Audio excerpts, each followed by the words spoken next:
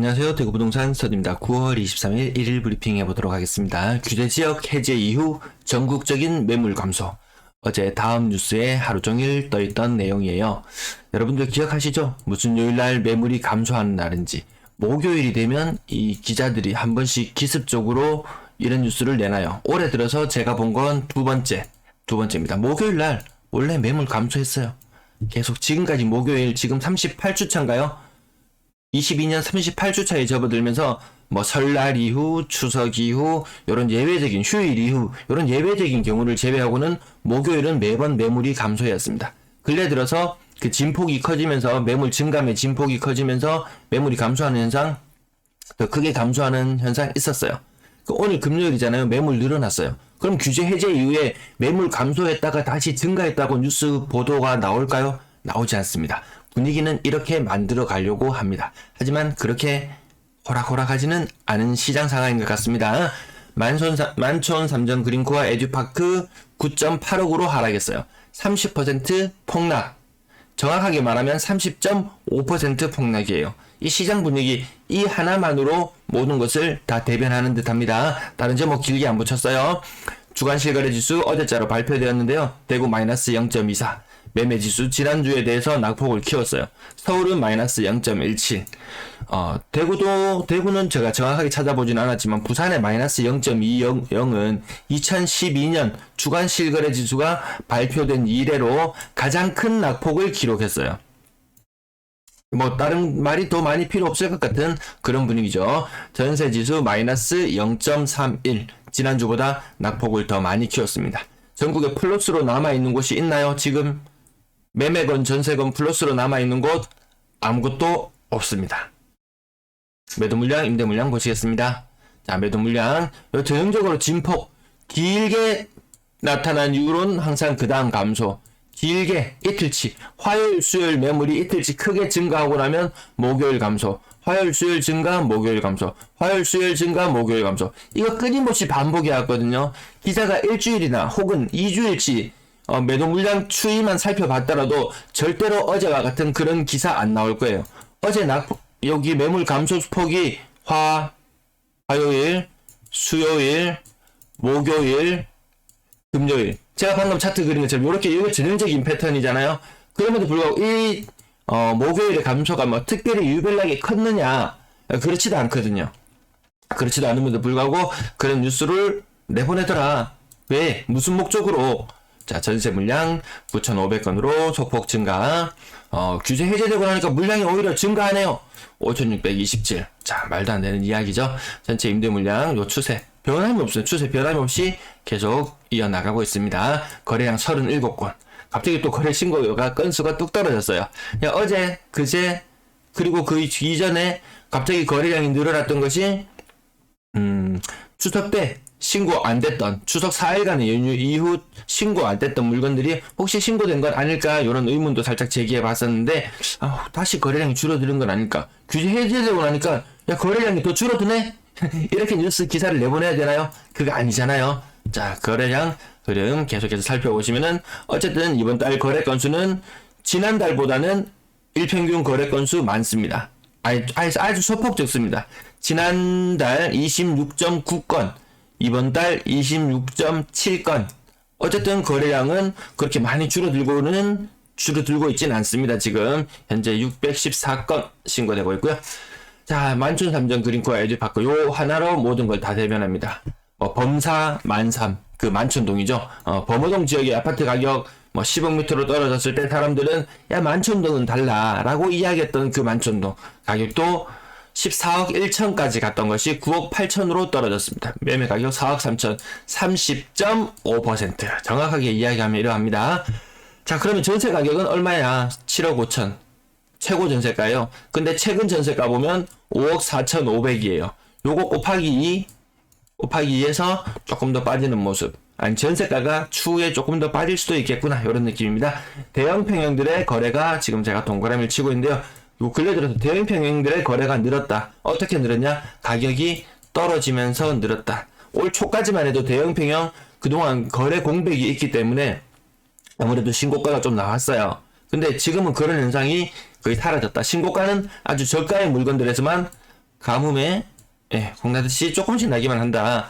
중리 롯데캐슬 7억 5천까지 갔던 것이 5억 8천. 성당 레미안 이편한 세상 2단지 39평형이죠. 39평형 6억 5천 정도 수준까지 갔던 것이 4억 8천 정도 수준으로 한 25% 정도 떨어지는 모습. 진천역 AK 그랑폴리스 5억 8천까지 갔던 것이 4억 8천으로 20% 정도 떨어지는 모습. 용산 롯데캐슬 32평형 6억 3천까지 갔던 것이 4억 5천만원으로 30% 떨어지는 현상. 이렇게 깡통전세 나타날 만한 지역도 묶어보면 아직도 깡통전세의 우려가 많이 상존하고 있구나, 이런 느낌을 가지게 됩니다. 자, 그 다음 가격대 살펴보시면요. 대현동, 대현 LH 3단지 5억 7천 정도 수준까지 갔던 것이 4억으로 뚝 30% 정도 하락한 모습. 각산 서안이 다음 84제곱미터 4억 3천까지 많이 오르지는 않았었지만 어쨌든 떨어지는 건 매한가지 20% 정도 조정받는 모습. 4억대 밑으로 내려오면 바로 최고 전세가와 매매가 아주 근접하거나 오히려 역전되는 지역들도 제법 나타나더라. 안심역 고롱하늘채 15% 정도, 7곡 이편한 세상 33평형 20% 이상, 희망 교대 이건 뭔가요? 희망 교대 성유니트? 제가 이걸 희망교 대성 유니드. 이게 잘 안 읽혀지네. 희망교 대성 유니드 같은 경우에도 20% 정도 하락하는 모습. 반도유보라 육아 반도유보라 말만 나오면 굳이 육아 이런 이야기 하는데 어쨌든 3억대의 가격 정도. 진천역 AK 그랑플러스 요거는 24평형 가격이 지난번에도 좀 크게 나타났었는데요. 30% 이상으로 나타나는 모습. 용산동 성서 영남 우방타운 가격 20% 정도 하락해서 3억 밑으로 가격이 내려오는 모습. 자, 법물동에 신고가 나오지만 그 폭은 크지도 않을 뿐더러 가격도 우리가 눈여겨볼 만한 그런 것에서 신고가가 나오지는 않습니다. 삼성명가타운 20% 정도, 용산동 우방죽전타운 23평형 2억 8천. 네, 장기 초록나라 이렇게 좀 오래된 아파트들이죠. 오래된 아파트들. 과연 어느 아파트들이 나중에 살아남게 될 것인가? 네, 도심, 외곽, 신축, 구축, 합군, 그런 흐름들도 눈여겨서 살펴보시면 될 것 같습니다. 세천 북축곡 엠코타운 더 썰레뉴 27평형 가격이 한 25% 정도 2억 4천만원 정도 평당 1,000만원이 안 되는구나, 그냥 이런 느낌으로 쳐다보고요. 7곡 한신 40평형 아주 오래된 곳 가격은 2억 3천만원 정도 수준. 또 제일 아랫부분에 신고가 나오죠. 신고가 효목동 진로 이스터타운 가격 20% 이상 빠지는 모습. 거의 20% 가까운 하락들. 가격 상단 하단 가리지 않습니다. 전방위적으로 나타나고 있다. 건당 거래대금 하락하는 추세. 2,000건에 턱없이 모자라는 항상 1,000건 이하의 거래량. 3억 미만의 거래 비율. 더 올라갈 거라고 보는데 아직까지 크게 올라가고 있지는 않고 근래 들어서 고가의 물건들이 좀 제법 많이 거래되네요.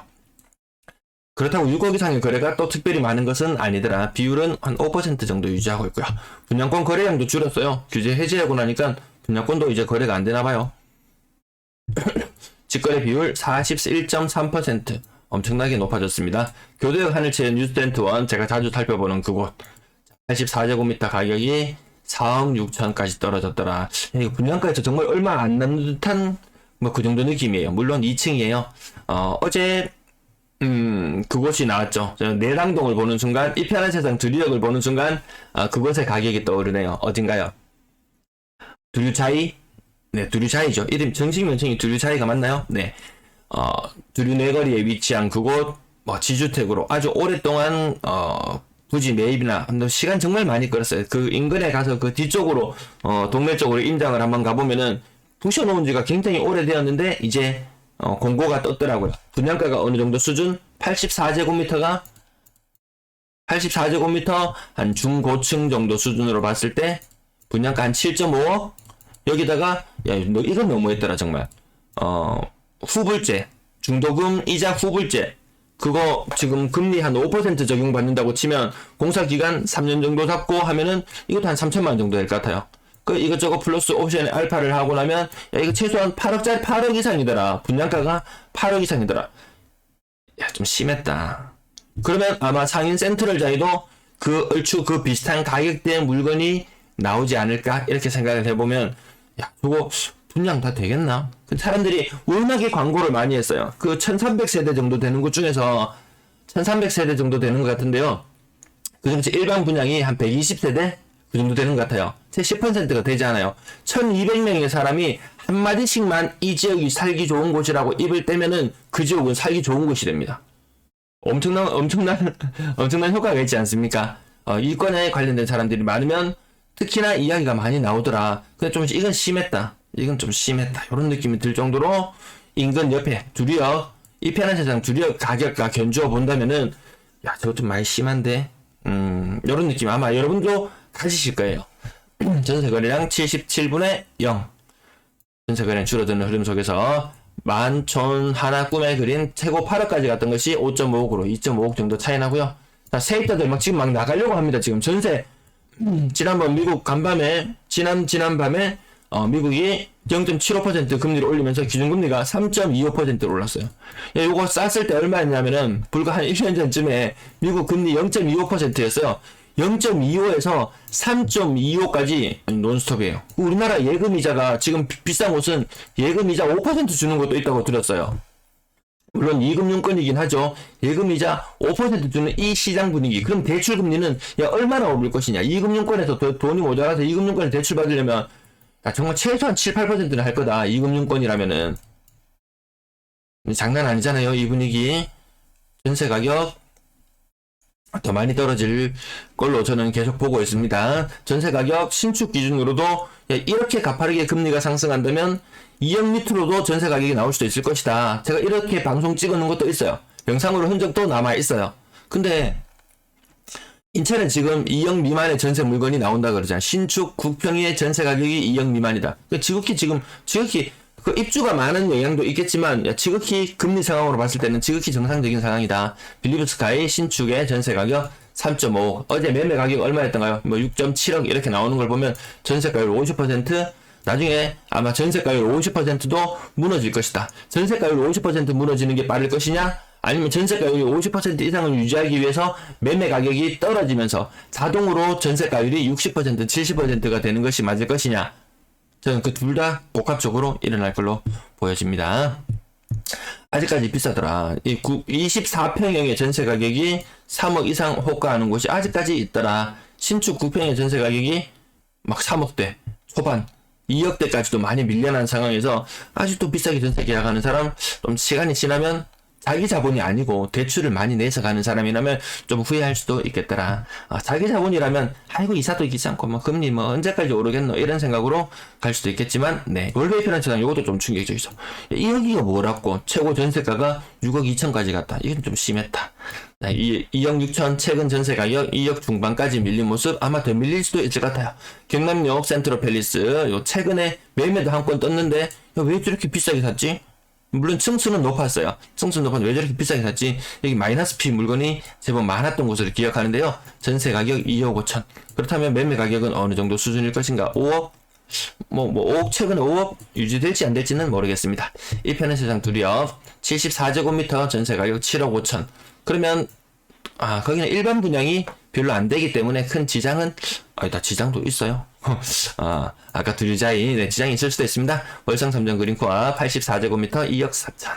요런 것들 보시고, 각산 푸르지오 84제곱미터 2억 2천. 84제곱미터의 평가가 이렇게 박혀지고 있다. 평리 롯데캐슬 한 13년차 정도 되는 아파트 9평의 전세 가격 2억 정도 수준까지. 그 다음 드샵 센트럴, 요거는 24평형 3억 4,500까지 갔던 것이 2억으로. 2억, 이것도 좀 있으면 이것도 비싸다는 느낌이 들 정도로, 이제 정말 과거의 전세가는 이제 잊어라.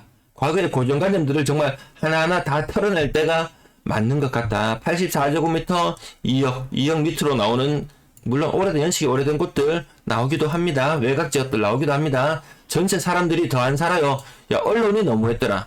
집값을 띄우려고 노력하는 것인지, 이건 뭘 위해 노력하는 것인지는 모르겠지만, 오히려 언론이 하는 것들이 지금 역효과가 나고 있다. 정부에서 내놓는 규제 해제들이 역효과를 내고 있다. 그 부분 제가 정리된 것이 있는데, 다음에 한번 언급드릴게요. 평균 전세 가격 21년과 이거 회색선이 19년의 전세 가격과 맞닥뜨리고, 거래량이 줄어드는 흐름. 요거 보면 확실히 보이시죠? 분위기가. 자, 그 다음 4억 이상 거래량도 줄어들고 비율도 줄어드는 가운데, 월세 거래량, 예년 거래량을 살짝 웃도는 수준. 월세 거래량은 그렇게 나쁘지 않은데, 전세 거래량이 많이 줄어들면서 전체적인 임대 거래량은 예년보다 확실히 못한 수준. 예년 수준까지는 올라오겠지만 이 흐름이 그냥 이대로 지속될 것 같아요. 6월 달에 이 전세 거래량 이 흐름이 계속된다면 입주를 많이 앞둔 올 연말에는 그나마 조금 상황이 낫긴 하겠죠. 근데 매물이 더 많이 적체되어 있는 내년부터는 지금 이 정도 거래량 수준이라면 전세가 매매를 흔든다. 꼬리가 몸통을 흔든다. 네. 시청 감사합니다.